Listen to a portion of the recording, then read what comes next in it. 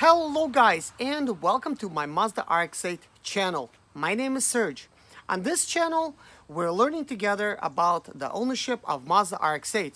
You probably clicked on this video due to the fact that your steering wheel is not working. You possibly have a steering wheel icon on your dash and your steering wheel is really hard to turn.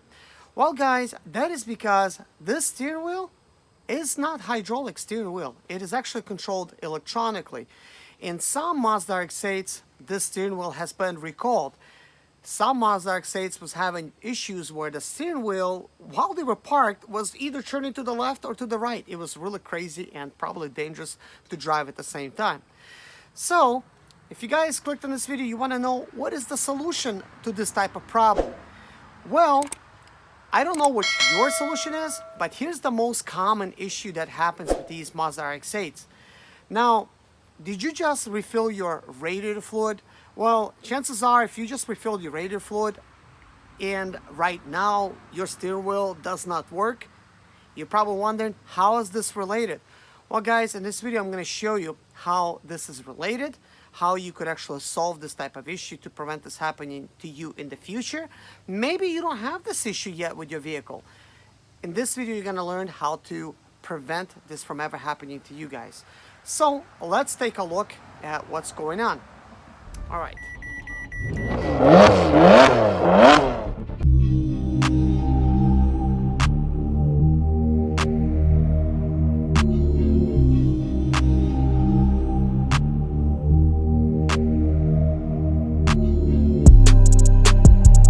Are you ready? Let's begin. So the very first thing I'm going to remove is this little screw bolt right here. You don't need to remove it that much. I'm also gonna loosen this one up.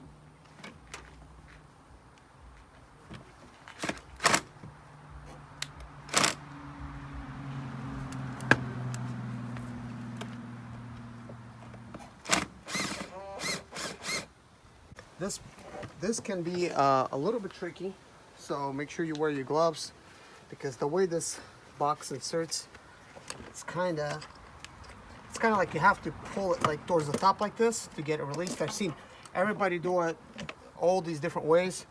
But technically, you don't even need to open this up. You know, the whole thing just comes out. So, anyways, guys, this is where the air filter normally sits, all right? At the bottom of this air filter, there's electronic hydraulic plugs, okay? What happens is, when you fill up your radiator fluid, this overflow tank has a very short type of pipe, and it leaks right into your connectors. So let's go ahead and actually remove that, and I'll show you what I'm talking about.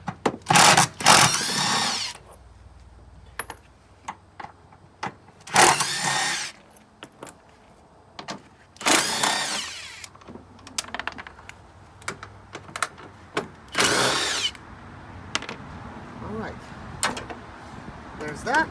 We're gonna go ahead and actually pull this out. Now, you may or may not have wires attached to yours. I already been here previously, and obviously I'm not gonna reattach these because I haven't solved the issue yet. So, anyways, as you could see, I have already solved this issue. But the problem lies with these connectors right here. Whenever you overfill radiator fluid, this little pipe, it sits right there like that.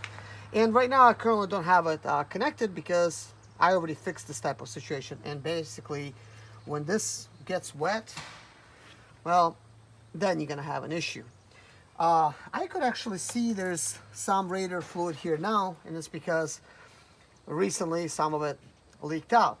So here's what you want to do, guys. If you do have this issue, in order to fix your issue, you're gonna need to disconnect these connectors.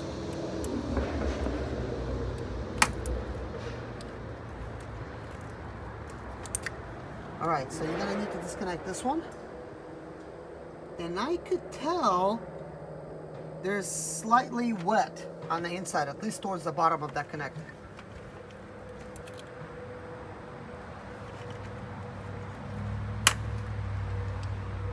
So these things slide out. This is why I kind of was able to pick it out of there. And I could tell this one looks like it's a little wet inside as well. Let me give you a close-up. So take a look at this connector. Can you see inside there's shiny liquid right in there? Well, that liquid makes its way onto the terminals, and before you know it, you're going to have a little short. So it's a good idea to dry this up. Now there is kind of like seals on them. Apparently they don't work too well because you could see radiator fluid is clearly back there. So one of the solutions to this problem is you have to spray electric contact cleaner to clean these connectors up, and then you're gonna need to use electrical grease to make them provide better electric conductivity. So let's go ahead and do that. So anyways, let's go ahead and actually clean up these contacts.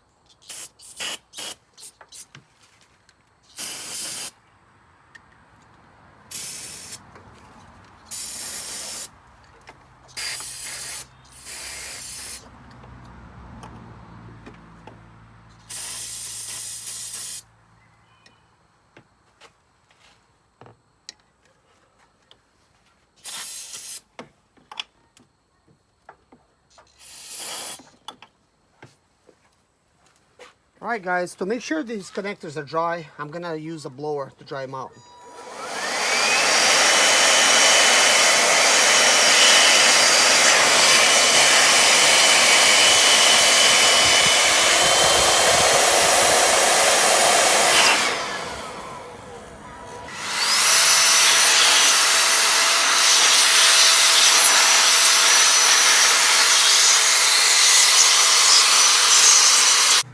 Alright guys, I have dried the connectors. Now, you're not going to be able to read the writing, but you could kind of see there's a tune-up and dielectric grease. I believe that's actually what it says. Number 81150 by Permatex. So this is dielectric grease. You squeeze it out like this, that's what it looks like, and then basically you could put it on the connectors. So that's actually what I'm going to do. So I'm going to put some at the very front, the very back.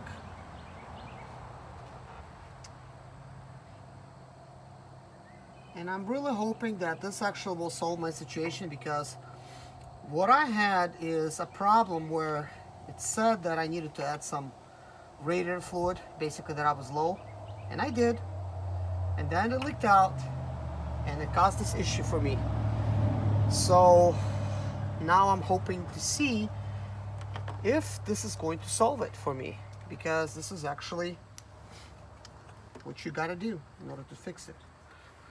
So now we're gonna just basically go ahead and actually plug that in, plug this in, and then basically you could just affix these connectors back into their places. It's always harder to install than it is to remove. Okay, they are back. So now I have to reassemble the airbox and everything. Let's go ahead and do that. All right, so for the airbox installation, I'm going to go ahead and put this down slightly. Go ahead and insert the two upper places right there, and put your 10mm nuts back on them. Just a little bit. You don't want to do too much. Like this. Like that.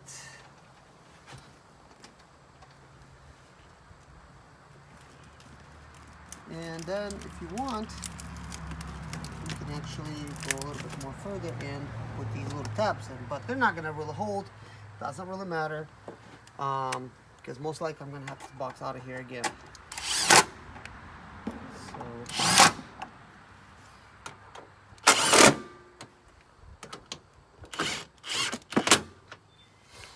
So there's that. Now, of course, we gotta reinstall a throttle body back. Most likely you did not remove yours, but if you did, this is how you do it. So I actually have markings for which line goes where. You just have to be really careful here because these lines are super brittle. Probably would be a good idea to just lubricate them.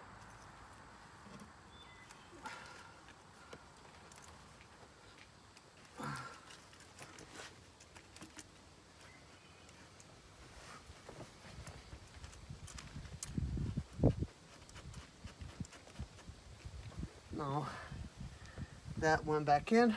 We do have another issue that we need to address. That's going to be for a different video, so take a look. Here's a paper towel, right?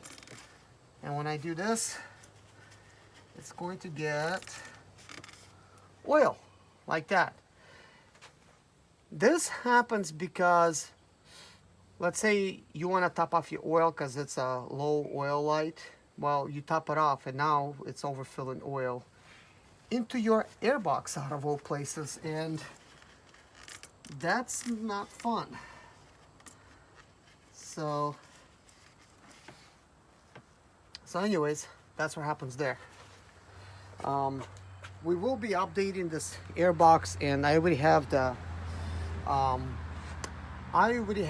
oil catch can, which actually is going to be the appropriate fix for this, but it's going to be for another video.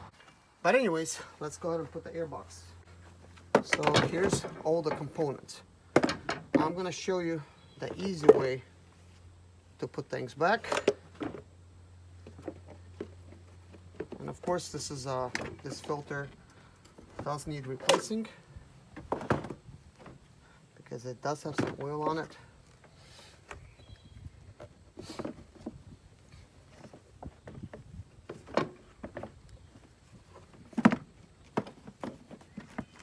So let's go ahead and actually get things shut. Flip it over. Everybody always has trouble with these air boxes. It's the installation and it is the removal procedure. I watched a lot of videos, people trying to install them, and I haven't seen anybody doing this because I just seen people struggle with it because, you know, there's really no easy way about it. But what I do is removal and installation the same way. I install the whole complete airbox, and then basically, you know, I have this loose right here, that throttle body, and it allows me to align it just right. So it's a very simple installation, if you ask me. And then you just basically put this right back like that. And let's see. Yeah. So that is good. And we could go ahead and actually plug this in just like that. So there you go, and the airbox is installed. Hey guys, thanks for watching. And just like that, the video is over. Guys, if this was helpful to you, consider subscribing. Also hit a like in this video. It doesn't cost anything. The whole idea of this channel is to share information with other Mazda RX-8 owners. So if you guys have any of your friends or social media, please share these videos on social media. That way, the very few RX-8 owners that do exist can get the help that they deserve when it comes to working on the Mazda RX-8. Guys, please support the channel by subscribing. That is all. Hit the like button and see you guys in my next video. Bye-bye.